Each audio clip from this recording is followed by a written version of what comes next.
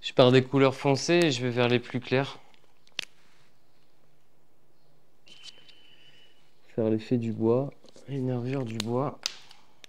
À 37 ans, Maxime Rouault, artiste calédonien, se sent accompli en tant qu'artiste. Ses œuvres sont aujourd'hui reconnaissables avec ses dessins à l'encre de Chine sur papier photo mettant en scène de nombreux personnages ou animaux. Un talent qui l'a amené à participer à plusieurs expositions à travers le monde.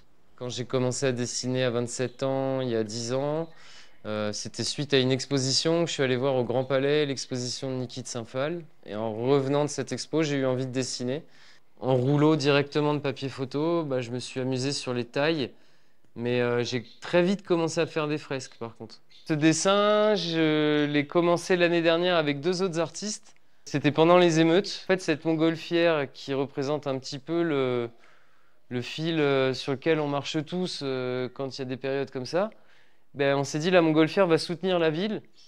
Et donc la ville qui est représentée ici est suspendue, elle est tirée vers le haut, elle a la possibilité de s'élever, mais elle a aussi la possibilité de se dégoupiller. Donc c'est pour ça qu'on lui a donné une forme de grenade.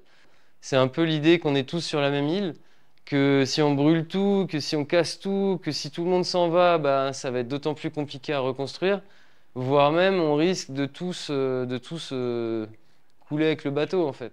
Difficile pour Maxime de vivre uniquement de ses créations. Avec sa compagne, il s'est donc lancé un défi, imprimer les œuvres sur différents supports pour continuer à les faire vivre. Une fois le dessin imprimé sur papier, direction la presse pour l'impression sur tissu. Du coup, j'ai un petit travail de découpage à faire pour préparer l'imprimé. Et puis ensuite, on va le transférer directement. Ok. Une solution qui profite aussi aux autres artistes calédoniens et qui pourra perdurer grâce à l'aide aux patentés proposés par la Province Sud. L'idée, en fait, c'est que l'artiste reçoit un crédit de la Province Sud. S'il décide de l'utiliser avec nous, la Province Sud peut lui rétribuer 20% en plus de cette somme.